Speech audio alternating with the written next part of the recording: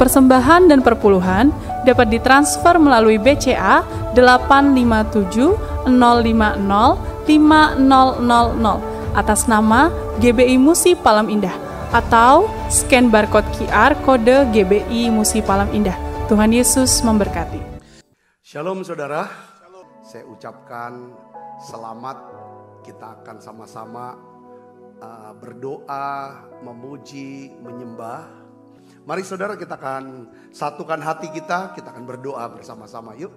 Bapa, dalam nama Tuhan Yesus, terima kasih saat ini, saat yang indah, kami boleh berkumpul bersama-sama. Ya Tuhan, di menara doa, kami minta Bapa dalam nama Yesus, kuduskan setiap kami. Basuh kami dengan kuasa darah-Mu ya Tuhan. Sucikan hati nurani kami. Ampuni setiap dosa dan salah kami. Bawa kami ya Tuhan masuk lebih dalam lagi dalam hadirat, dalam kepenuhan-Mu, di dalam kasih-Mu. Bapa, dalam nama Yesus, di menara doa ini ya Tuhan, saat ini mari doa saudara.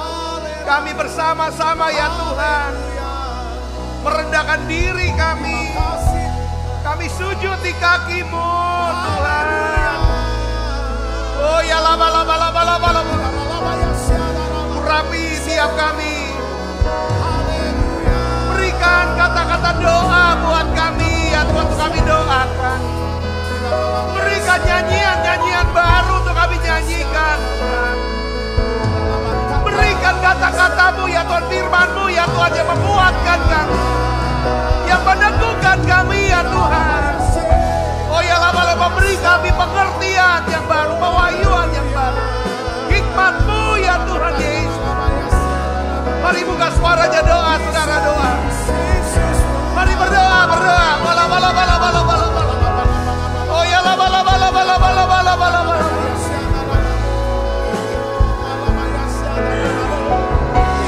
Oh ya lama.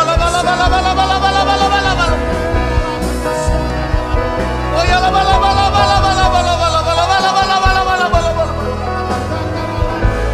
Tuhan Yesus, ini kami ya Tuhan. Kami datang berdoa Tuhan. Kami masyarakat ya Tuhan, hati kami, hidup kami ya Tuhan. Pakai kami Tuhan, pakai kami untuk bisa ya Tuhan melihat banyak orang diselamatkan, banyak orang ditolong oleh Tuhan lewat hidup kami.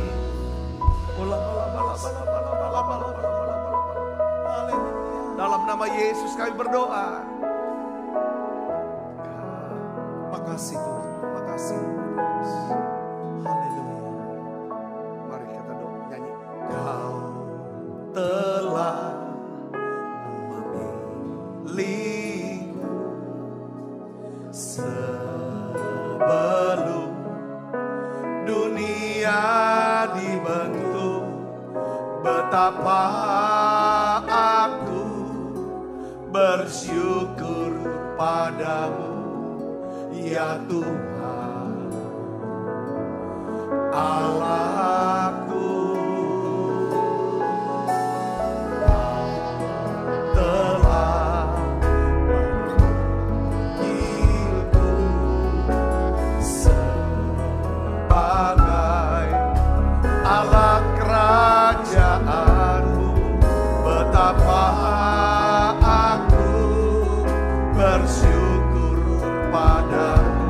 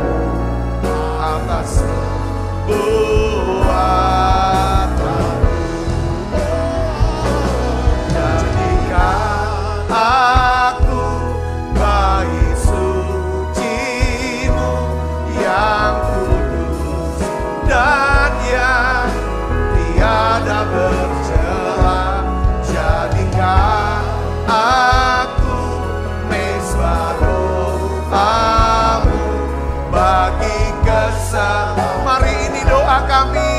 Mari buka suaranya, nyanyikan sebagai doa. Pernyataan kami Tuhan Yesus. Jadikan aku bait suci-Mu yang kudus dan yang tiada bercela.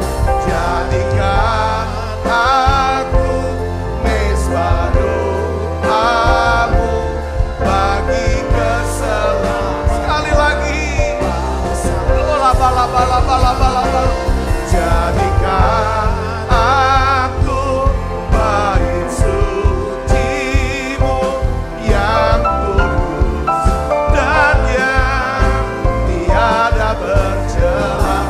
Jadikan aku mezbah doa-Mu bagi keselamatan bangsa-Ku. Bagi keselamatan bangsa-Ku. Bagi keselamatan bangsa-Ku.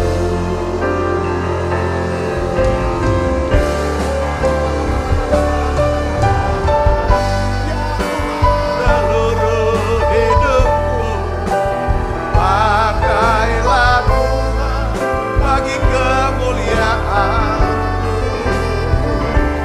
Genapi seluruh rencana-Mu sampai bumi penuh kemuliaan-Mu. Bagi-Mu Tuhan seluruh hidupku, pakailah Tuhan bagi kemuliaan-Mu. Genapi seluruh rencana-Mu sampai bumi penuh kemuliaan-Mu. Bagi-Mu Tuhan seluruh hidupku, pakailah Tuhan bagi kemuliaan-Mu. Genapi seluruh rencana-Mu sampai bumi penuh kemuliaan-Mu. Tuhan Yesus, kami serahkan ya Yesus. Pakai kami Tuhan, pakai waktu kami, pakai uang kami, hidup kami. Kami rindu Tuhan melihat orang diselamatkan. Oh, rencana-Mu terjadi sampai bumi penuh kamu. Sekali lagi,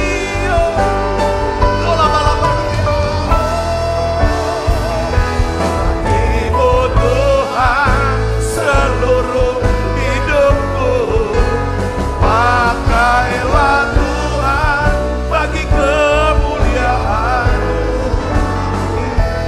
Genapi seluruh rencana-Mu sampai bumi penuh kemuliaan-Mu. Bagi-Mu Tuhan seluruh hidupku, pakailah Tuhan bagi kemuliaan-Mu. Genapi seluruh rencana-Mu sampai bumi penuh kemuliaan-Mu.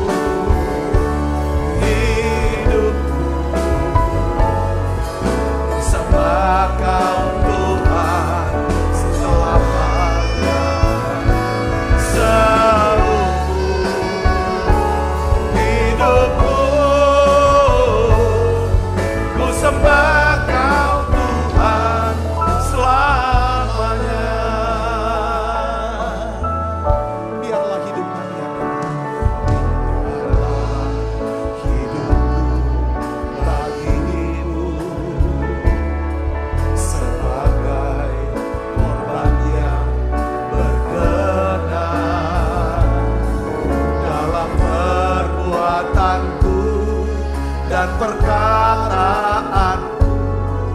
Ku sembah Kau Tuhan selalu.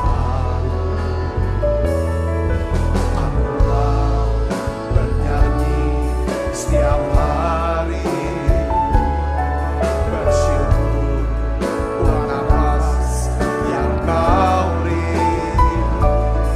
Dari pagi hari hingga datang malam, ku sembah Kau Tuhan selalu. Seumur hidupku, ku sembah Kau Tuhan selamanya. Seumur hidupku, ku sembah Kau Tuhan selamanya. Seumur hidupku, ku sembah Kau Tuhan selamanya. Seumur hidupku, ku sembah Kau Tuhan selamanya. Seumur hidupku, ku sembah Kau Tuhan selamanya. Seumur hidupku, ku sembah Kau Tuhan selamanya. Bapa, dalam nama Yesus, aku hamba-Mu berdoa untuk anak-anak-Mu yang ada di menara doa, yang hadir secara offline maupun online. Tuhan, Tuhan Yesus, kalau hari-hari ini kami merasakan, ya Tuhan, kami seperti diasingkan, kami sendiri, dan kami tidak tahu apa yang harus kami buat, kami tidak tahu apa yang harus kami lakukan. Tuhan Yesus, beri kami Tuhan satu pengertian, berikan kami hikmat-Mu, ajar kami bisa mengerti Tuhan. Tuhan punya rencana, Tuhan punya tujuan, Tuhan ingin mempersiapkan kami. Hari ini Bapak, aku berdoa, kalau anak-anak-Mu yang hari ini sedang mengalami pergumulan yang sangat sulit baginya, sepertinya tidak ada pertolongan lain.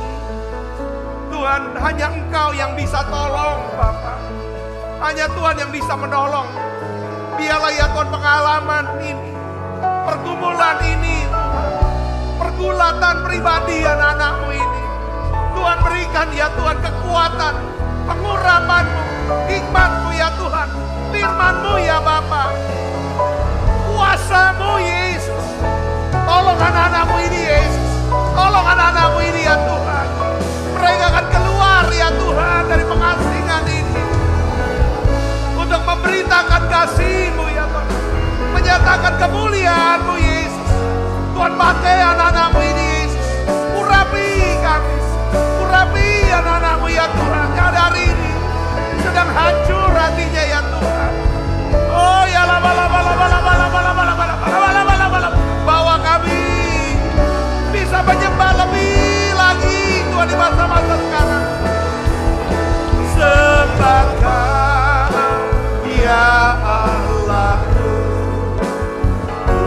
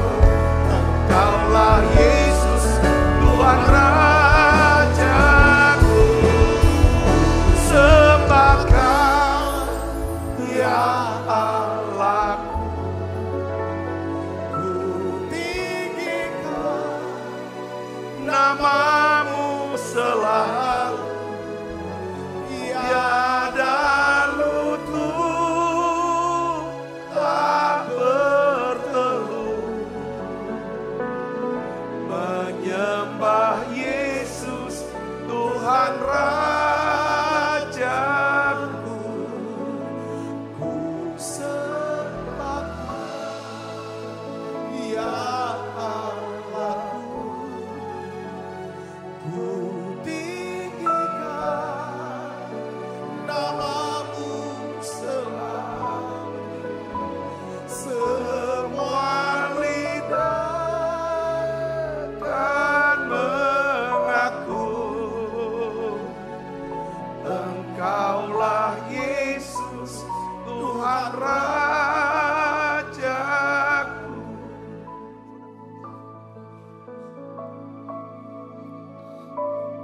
Tuhan, kami minta belas kasihan-Mu buat kami. Pakai kami Tuhan, pakai hidup kami Tuhan. Oleh karena itu Tuhan, katakan sama Tuhan doa yuk. Tuhan pakai aku Tuhan.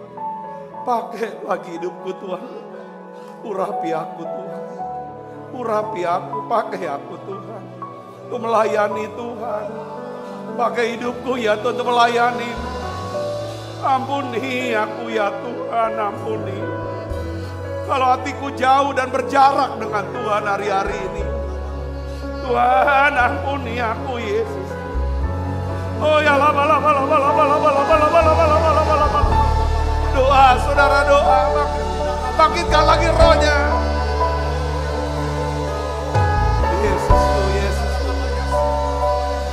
Yesus. Yesus. Oh Yesus. Penuhi kami, lawat kami Tuhan. Api kemuliaan-Mu.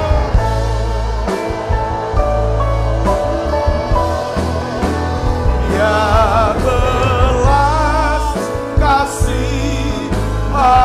Bapa, penuhi hati kami, curahkan kuasa Roh Kudus, api kemuliaan-Mu membakar hati yang rindu untuk melayani-Mu sampai seluruh negeri ini, sampai seluruh bumi ini dipenuhi api kemuliaan.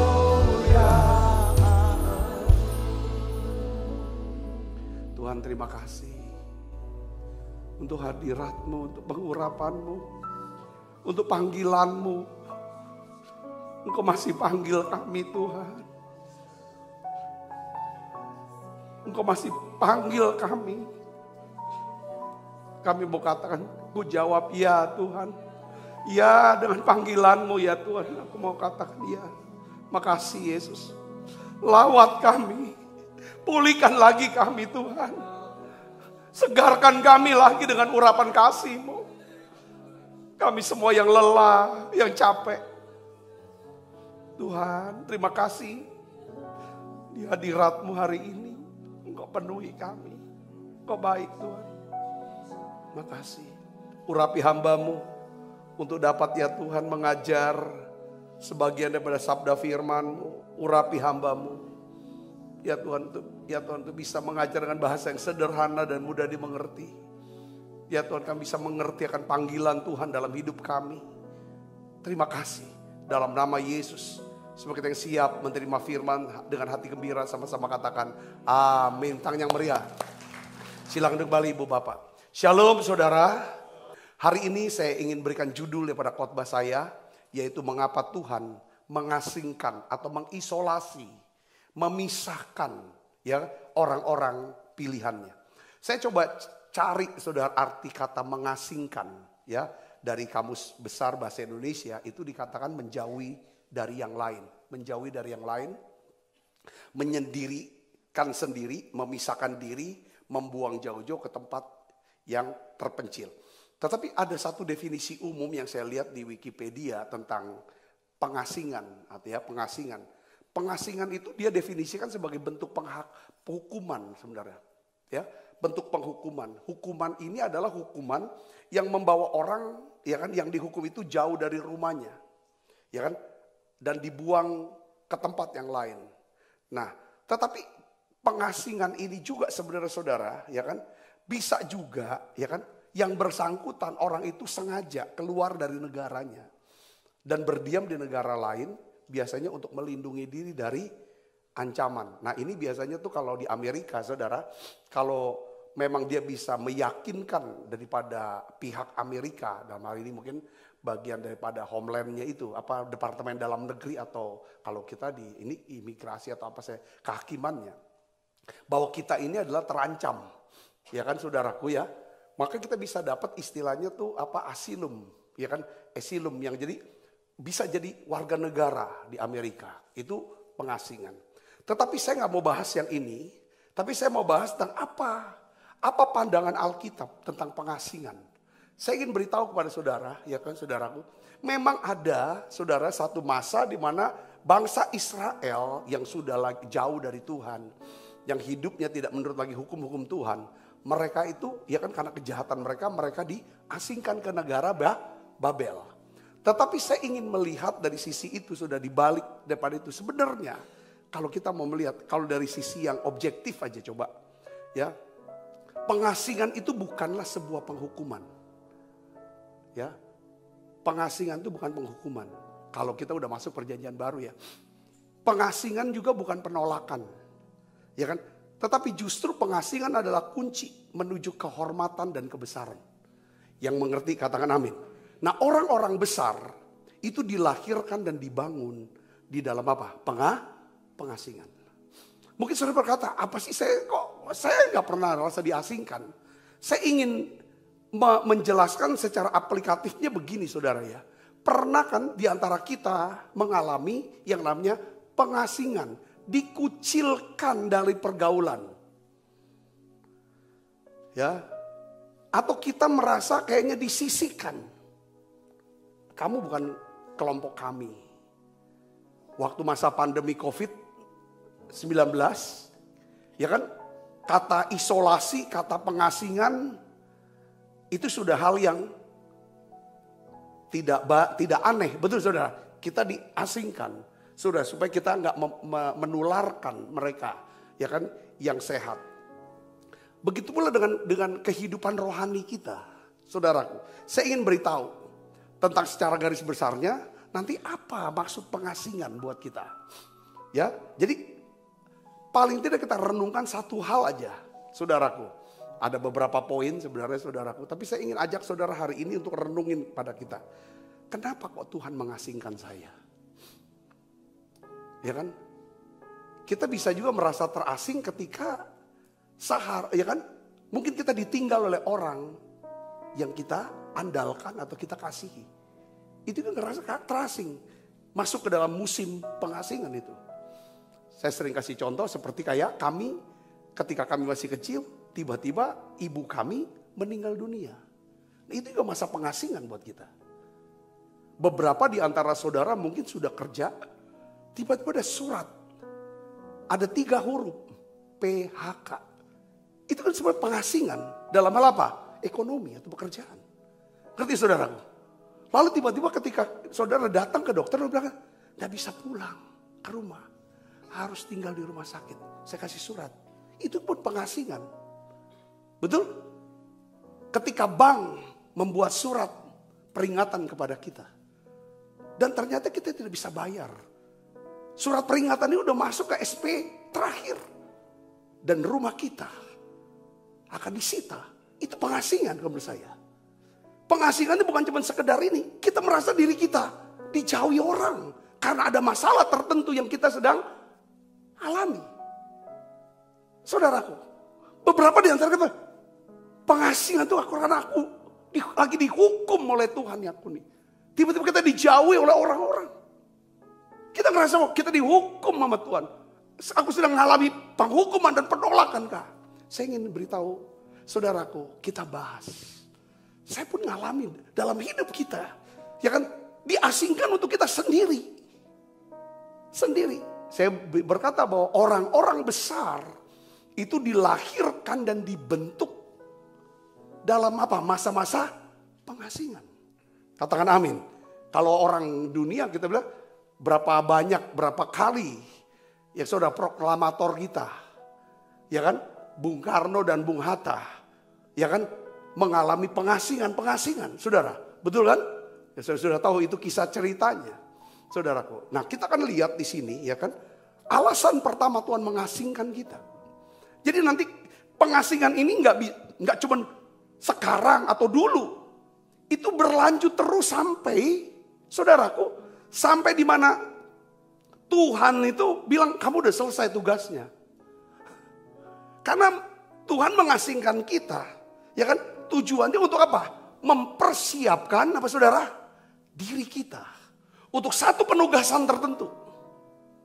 Saudara, kalau penugasan ini selesai, saudara, kalau dia mau kasih tugas yang baru lagi, dia akan buat satu masa di mana kita mengalami apa? Pengasingan. Jadi pengasingan ini adalah tempat di mana adalah Tuhan sedang mempersiapkan kita. Ya, mempersiapkan diri kita. Ya kan, untuk satu tujuan, satu rencana yang besar bagi hidup kita. Saudara bisa ngerti di sini, katakan amin. Saya ingin ajak saudara untuk melihat dan baca ya. Kisah 26 ayat 17 sampai 18. Kita baca sama-sama yuk. Kisah 26 ayat 17 sampai 18. Kalau saudara kelihatan kita akan baca. 1, 2, 3. Aku akan mengasingkan engkau. Ini Paulus ya, menceritakan kepada Raja Agripa ya, perkataan daripada Tuhan Yesus kepada dia. Saudaraku, dia tulis, aku akan mengasingkan engkau dari bangsa ini dan dari bangsa-bangsa. Kata mengasingkan di sini, saudaraku, ya itu artinya aku akan isolasi kamu. Aku akan pisahkan kamu. Kalau bahasa Ibraninya namanya kados, kudus. Kata kados, kudus, ya kan saudara? Jadi artinya dipilih, setelah dipilih lalu dipisahkan. Jadi hanya orang yang mengalami pengasingan, orang yang dipisahkan, diasingkan, diisolasi, pasti orang ini adalah pilihan Tuhan. Katakan amin. Kalau Tuhan pilih saudara untuk satu rencananya, untuk satu penugasan pelayanan, supaya nama Tuhan dipermuliakan, banyak orang bisa diselamatkan, ditolong, nama Tuhan dipermuliakan. Biasanya saudara akan mengalami yang namanya pengasingan. Sudah ngerti sini, katakan amin. Nah, Paulus bilang, ya kan, saudara dia tulis, dia saksikan. Tuhan Yesus berkata, aku akan mengasingkan engkau dari bangsa ini dan dari bangsa lain. Terus, dan aku akan apa? Mengutus engkau kepada, setelah diasingkan, tujuan itu apa? Mempersiapkan. Dia persiapkan, dia perlengkapi, dia latih, dia proses. Saudara, saat dia masuk dalam pengasingan, haruslah berbeda, ya kan? Pada saat dia keluar dari pengasingan. Karena ada penugasan. Aku utus lagi kamu ke bangsa ini. Saya bisa ngerti sih, katakan amin. Ya kan? Untuk apa? Untuk membuka mata mereka. Supaya mereka berbalik dari kegelapan kepada terang. Dan dari kuasa iblis kepada Allah. Supaya mereka oleh iman mereka kepadaku, kepada Yesus Kristus. Memperoleh apa? Pengampunan dosa dan mendapat bagian dalam apa yang ditentukan oleh orang-orang yang dikuduskan. Jadi mereka ini nanti dikuduskan, dipisahkan lagi, diasingkan. Untuk apa saudara? Untuk dipakai lagi untuk komunitas yang lain. Saudara bisa dapat di sini, katakan amin. Jadi dalam hidup kita, pergumulan kita alami, kok aku sendiri, kok gak ada yang tolong. Kok semua orang biasa. Bahkan Tuhan sendiri, itu adalah masa pengasingan. Katakan amin. Nah, Abraham, dia adalah seorang pilihan Tuhan. Saudara, ya, karena Tuhan pilih Abraham, maka Tuhan mengasingkan, memisahkan Abraham dari siapa? Dari negerinya, dari sanak saudaranya, dan dari keluarganya. Saya bisa ngerti. Kejadian pasal 12 ayat 1 sampai 3. Katakan amin. Kita baca sini. Berfirmanlah Tuhan kepada Abraham, pergilah dari negerimu, dari sanak saudaramu, dari rumah bapakmu, ke negeri yang akan tunjukkan kepadamu. Lalu tujuannya untuk apa? Saudaraku, aku akan membuat engkau menjadi bangsa yang besar. Memberkati engkau, membuat namamu masyhur, dan engkau akan menjadi berkat. Aku akan memberkati orang yang memberkati engkau dan mengutuk orang-orang yang mengutuk engkau. Dan olehmu Abraham semua kaum di muka bumi akan mendapat berkat. Kenapa? Karena dari Abraham lahir Yesus Kristus. Dan lewat Yesus Kristus semua kaum, bangsa, termasuk kita semuanya, ya kan, mendapat berkat. Yaitu berkat apa? Berkat Abraham, yaitu berkat karena percaya. Katakan amin saudara. Jadi Tuhan, ya kan, kalau Tuhan mengasingkan kita, ya kan, Tuhan sedang mempersiapkan kita supaya kita bisa melakukan rencananya yang besar dalam hidup kita. Saudara harus ingat begini, Tuhan tuh gak pernah akan berikan kita sebuah posisi.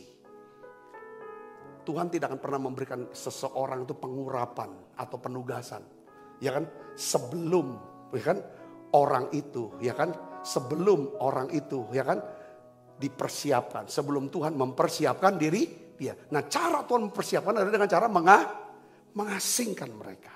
Saudara bisa mau di sini katakan amin. Nah, saya kasih contoh Daud. Daud diurapi usia berapa saudara? 15 tahun atau 16 tahun. Saudara, 15 tahun dia. Kapan Daud diangkat jadi raja? Raja Yehuda dulu. Umur berapa saudara? 30 tahun. Nah, selama 15 tahun ini saudara, Daud ada di mana? Ngapain dia? Saudara Yesus Kristus, ya kan? Karena Tuhan pilih Daud, Tuhan asingkan Daud. Waktu Tuhan asingkan Daud, apa yang Tuhan buat? Tuhan menguatkan Daud. Tuhan meningkatkan kapasitasnya. Melalui apa? Pergulatan-pergulatan, pergumulan-pergumulan pribadinya yang tidak ada orang pun tahu. Kalau saudara banyak bermain di tempat yang tersembunyi, di mana orang tidak ada yang tahu, hanya saudara dan Tuhan, maka saudara akan menjadi orang, ya kan, yang akan dipakai Tuhan untuk satu pelayanan yang besar, yang berdampak besar. Yang percaya katakan amin. Yang percaya katakan amin. Saya kasih contoh saudara. Ya saudara, kita lihat, ya kan, ya kan, kenapa kok orang lain semua takut menghadapi Goliat? Dan Daud ketika dia lihat Goliat, dia tuh terusik hatinya. Kok ada orang berani menghina daripada umat pilihan Tuhan? Lalu dia bilang, saya dapat upah apa orang yang menaklukkan dia? Pertanyaannya begini, ya kan? Apa yang menyebabkan Daud berani menghadapi Goliat? Karena dia sudah, ya kan, mendapatkan yang namanya apa? Karena Tuhan sudah mempersiapkan dia. Di mana saudara? Di tempat yang tersembunyi. Ya kan? Pergulatan, kemenangan Daud melawan singa dan beruang di tempat yang tersembunyi.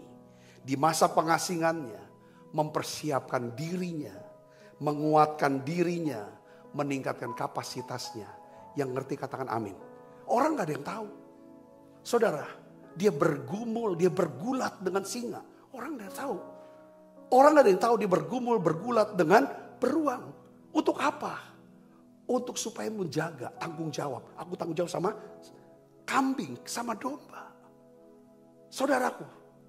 Jadi di masa-masa tersembunyi, masa-masa pengasingan ini saudaraku.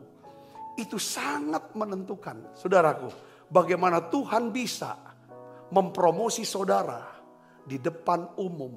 Di hadapan orang banyak. Yang mengerti katakan amin. Jadi pada saat, ya kan, di saat pergulatannya lawan Goliat, itu di depan umum disaksikan oleh seluruh orang Israel, Daud dengan mudah menaklukkannya. Kenapa saudara? Karena Tuhan sudah mempersiapkan diri dia. Di mana persiapan dirinya? Bukan di kerumunan orang banyak. Bukan dia di warung kopi yang ngongko-ngongko gitu loh. Sharing-sharing. Enggak.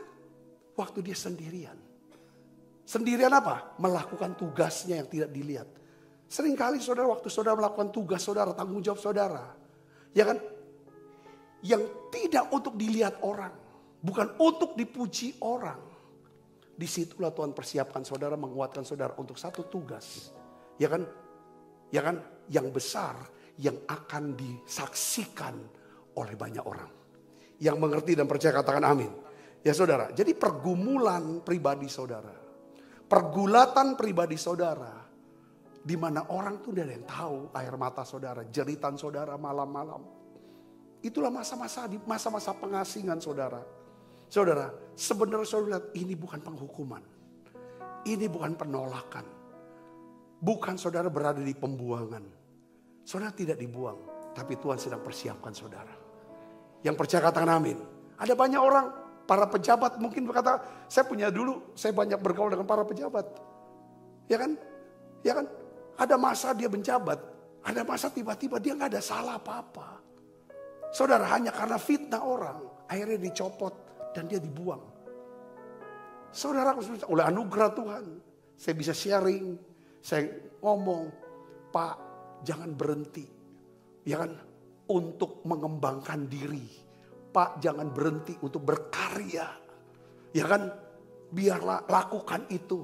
Walaupun mungkin tidak dilihat orang. Tapi ada satu yang pasti lihat. Tuhan lihat. Katakan amin saudara. Tuhan lihat. Lakukan sesuatu yang terbaik. Bukan untuk dilihat orang. Tapi untuk dilihat oleh Tuhan. Dan pada masanya Tuhan akan angkat Bapak. Dan betul saudaraku. Ya kan? Orang ini adalah orang. Ya kan? Akhirnya ngalami satu pemulihan di jabatan, di promosi. Ibu bapak saudara yang kasih Kristus. Ya kan? Saya ingin beritahu kepada kita semua. Ada satu orang bernama Yakub. Saudara sedang kenal Yakub. Ya kan? Yakub ini saudaraku, ya kan? Di dalam Alkitab itu ada satu kata. Coba kita baca. Kejadian 32 ayat 24 sampai 28. Saya ingin ajak saudara untuk melihat. Kita baca sama-sama. 1, 2, 3. Lalu tinggallah Yakub seorang diri. Ya, tinggallah Yakub seorang diri.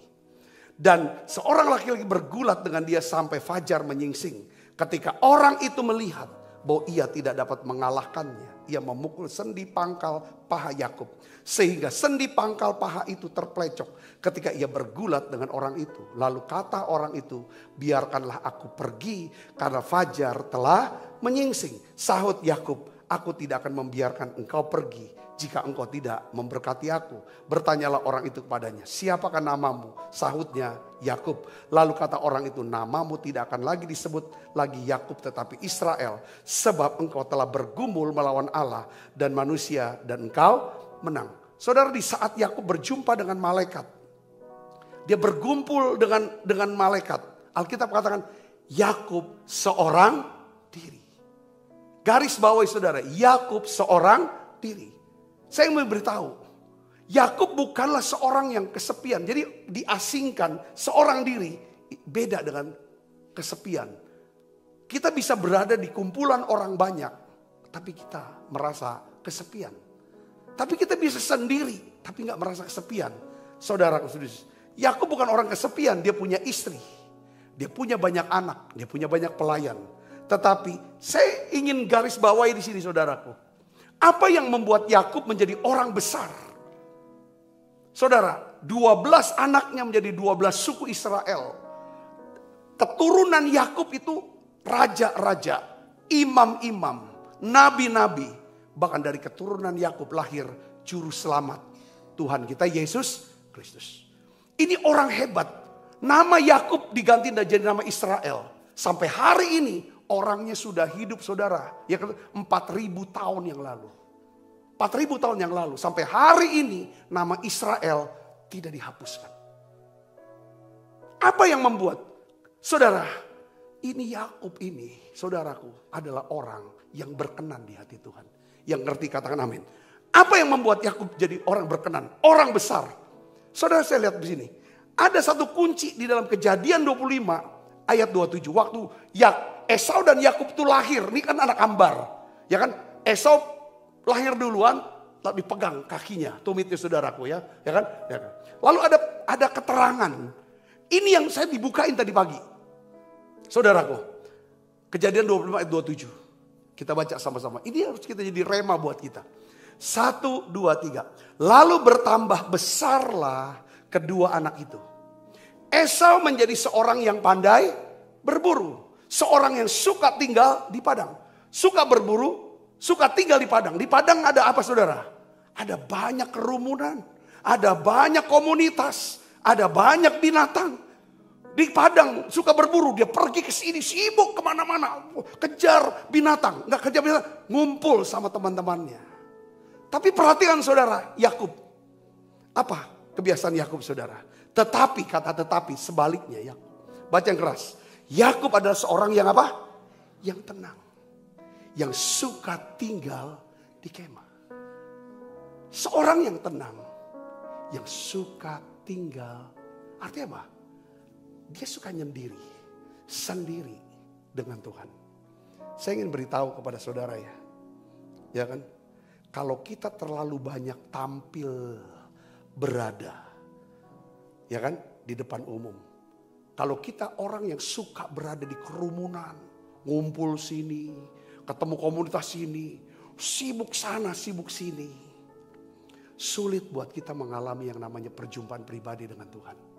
Yang bisa mengubahkan. Yakub mengalami. Karena dia punya kebiasaan. Orang yang tenang suka tinggal di kemah. Pada waktu Tuhan, kairos Tuhan, dia mengalami perjumpaan dengan Tuhan sendirian. Disitulah masa di mana Tuhan mengubah hidup dia. Dari Yakub menjadi apa? Israel, nama yang kekal. Sampai dicatat, sudah di kitab Wahyu, Israel nama dia. Nama anak-anaknya. Saya ngerti gak maksud saya di sini? Katakan amin. Ya kan, kita harus belajar. Saya melihat orang-orang yang sibuk sini, sibuk sono, ngumpul sini, ngumpul, ngomong sana, ngomong, wah yuk ngomong, cerita sini, cerita sana. Enggak, sulit. Tuhan gak bisa ngomong apa-apa. Tuhan gak bisa ngalah. Ada masa, saudara, dalam hidup saya, kita harus ada waktu sendiri sama Tuhan. Katakan amin. Ada orang ngerasa kayak kalau enggak ngumpul sehari ketemu, cari orang panggil, ngomong cara sini, kosong kan. Gak ada isi, itu lu bisa pakai. Amin. Iya kan? Saya mau tutup aja dengan ayat ini saudaraku ya. Ya, Yesaya 49 ayat 16 sampai 18. Sebelum kita baca, ya kan? Saya juga mau kasih tahu bukan berarti tidak boleh kumpul-kumpul. Ya harus kita kumpul, saudara, fellowship itu penting. Tapi kalau saudara cek dalam hidup saudara. Kalau fellowship bersama dengan sesama. Waktunya udah jauh lebih banyak daripada saudara sendirian waktunya sama Tuhan. Saudara akan mengalami perjumpaan pribadi. Yang penting dalam hidup kita. Kalau kita mau diubah. Di dalam masa pengasingan. Saudara, Tuhan mau. Tuhan asingkan kita. Tuhan akan bawa kita keluar setelah saudara ngerti kenapa saudara diasingkan. Ada orang jatuh secara keuangan itu diasingkan kan. Kita lihat berapa orang itu biasanya sama kita. Pasti dia tahu nih aku utang belum bayar. Pasti dia tahu nih aku sedang terlibat utang. Itu kan diasingkan, betul gak saudara? Berapa orang itu udah tahu. Kita sibuk. Dia ngomong apa? Dia bilang apa? Saudara bisa ngerti? Gak usah pusing. Anggap setiap masalah yang kita hadapi. Seperti kita kalau rasanya tersisi. Anggap kita ada di Tuhan punya rencana. Tuhan sedang mempersiapkan kita. Tuhan sedang memperlengkapi kita. Tuhan akan mengubah kita. Di masa pengasingan. Saudara harus berdoa minta Tuhan kasih saya mengerti. Ya nanti kan yang kedua nanti kita akan bahas. Di masa pengasingan. Biasanya Tuhan akan ubah selera kita. Bangsa Israel itu bangsa pilihan. Karena dia bangsa pilihan, dia diasingkan oleh Tuhan. Di mana? Di padang gurun. Di padang gurun, Tuhan ubah selera dia. Dari makannya bawang bombay, bawang ini, bawang itu, daging ini, daging itu. Tuhan robah. Dikasih makan makanan malaikat. Makanan Gabriel. Makanan Mikael. Makanan itu. Namanya apa? Mana yang turun dari surga. Dirubah seleranya. Di masa pengasingan 40 hari itu. Saya ngerti, katakan amin. Di masa pengasingan, Tuhan akan ngerubah selera kita. Yang selama ini kita seleranya hidup dengan kedagingan, hawa nafsu, kesombongan, keserakan. Itu selera kita. Tuhan rubah. Dulu punya uang. Mau apapun kita beli, kita keluarkan. Wah kita bisa kumpul. Sekarang diasingkan. Duit gak ada. Di situ Tuhan mau ajar kita. Pakai duit untuk kemuliaan Tuhan. Pakai duit untuk kemuliaan Tuhan. Pakai duit untuk banyak orang bisa diselamatkan.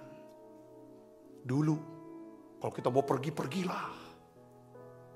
Kita gak ada waktu untuk doa, gak waktu untuk gereja. Gak ada, apalagi pelayanan, mikirin orang. Oh udah ada. Arisan sini, arisan situ, mungkin beberapa di antara kita. Berangkat sini, berangkat situ. Sebelum berangkat, bajunya apa, warna apa hari ini. Besok hari apa, ya kan bajunya warna apa. Untuk apa? Foto. Kita gak ada salah, itu udah ada salah. Tapi ketika saudara sebagai orang percaya yang sudah ditebus saudara Yesus. Banyak sekali mujizat, banyak sekali berkat yang kita sudah terima. Tapi kita sia-siakan waktu kita. Kita tidak beri untuk Tuhan. Kita nggak beri waktu kita untuk nolong orang supaya dekat sama Tuhan. Orang bisa beribadah dengan lancar. Kita pakai uang kita, waktu kita, semua kita. Masuk ke pengasingan waktu namanya apa saudara? Tiba-tiba harus masuk rumah sakit. Kapan Tuhan bisa mengangkat, membesarkan saudara? Karena di masa pengasingan Tuhan akan ubah hati kita menjadi hati hamba. Saudara akan menjadi orang besar kalau saudara mau melayani, mau menolong, mau membantu orang, mau membesarkan orang. Ya saudara, katakan amin. Bertindak sebagai garam. Katakan amin. Jadi garam. Kita sudah bahas tentang garam. Garam mengawetkan hubungan satu dengan yang lain, mengawetkan hidup orang supaya orang punya hidup yang kekal. Kalau saudara hari ini mengalami pengasingan dari Tuhan, saudara mungkin diasingkan dalam hal pelayanan, saudara nggak pelayanan lagi. Saudara diasingkan mungkin karena waktu, saudara nggak bisa lagi gunakan waktu, hanya di kamar saja. Saudara diasingkan dalam keuangan kah, dalam sosial kah, apapun itu. Seorang perempuan yang mengalami pendarahan 12 tahun. Dia diasingkan. Seperti dia tidak boleh ibadah. Diasingkan dari Tuhannya. Ya kan saudara? Diasingkan dari masyarakat. Tidak boleh bergaul. Diasingkan secara ekonomi. Dia bisa kerja. Saudaraku. Tetapi bagaimana dia bisa keluar dari pengasingan itu? Dia tahu. Dia punya Yesus. Dia berkata asalku jamah saja jubahnya. Aku akan sembuh. Dia percaya akan Tuhan Yesus. Tuhan yang mengasihi dia. Yang mengerti katakan amin. Di masa pengasingan, saudara mulai mengubah pola pikir. Tuhan bukan menghukum saudara, sedang menolak saudara. Tetapi justru di masa pengasingan, Tuhan mempersiapkan saudara. Mengubah selera saudara. Dan bertujuan Tuhan mau buat kita menjadi hati hamba. Karena dia ingin mengangkat hidup kita. Yang percaya katakan amin. Saya berdoa, saudara berkati dengan pesan ini. Kita bangkit berdiri, kita akan makan perjamuan kudus, saudaraku. Ku mau jadi roti yang terpecah bagimu. Aku mau jadi saksi.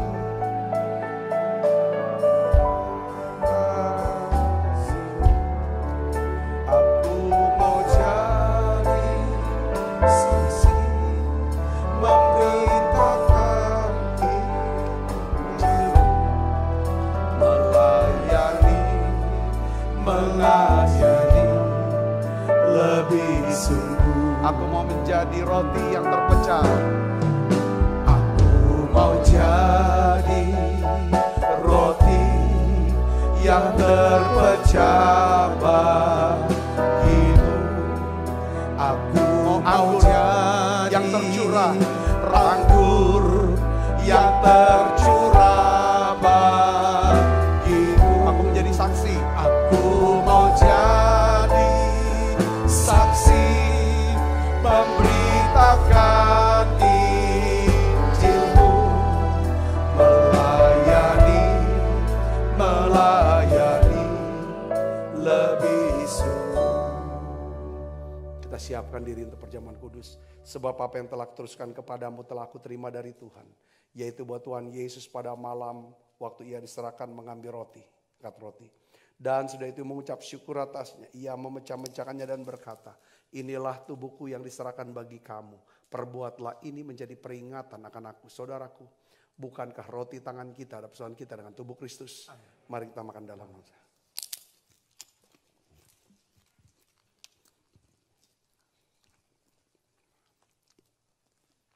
Angkat cawan. Demikian juga mengambil cawan sudah makan berkata, cawan ini ada perjanjian baru yang dimeteraikan oleh darahku. Perbuatlah ini setiap kali kamu meminumnya menjadi peringatan akan aku. Saudaraku, bukankah cawan perjanjian ini atasnya kita ucapkan syukur atas persoalan kita dengan darah Kristus. Mari minum dalam nama Yesus. Terima kasih Tuhan. Terima kasih Tuhan. Haleluya. Mari naikkan pujian ini bersama-sama, katakan terima kasih. Terima kasih Yesusku, buat anugerah yang Kau beri setiap hari ini. Tuhan adalah syukur bagimu.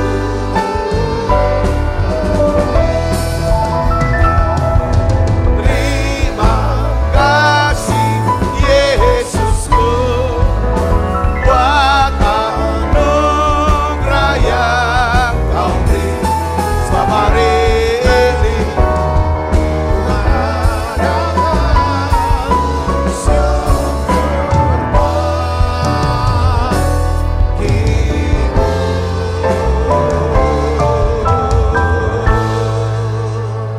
Mari saudara buka kedua tangan kita, arahkan hati pandang kita ke surga untuk menerima berkat dari Allah. Kekasih Kristus, terimalah berkat yang berlimpah-limpah daripada Allah Bapa dalam anaknya yang tunggal Tuhan kita Yesus Kristus. Persoalan yang manis para Roh Kudus menyertai saudara semua mulai saat ini sampai Yesus datang menjemput kita yang permai dan sampai selama-lamanya. Semua kita yang percaya dan berkati sama-sama katakan amin. Tuhan berkati saudara semuanya.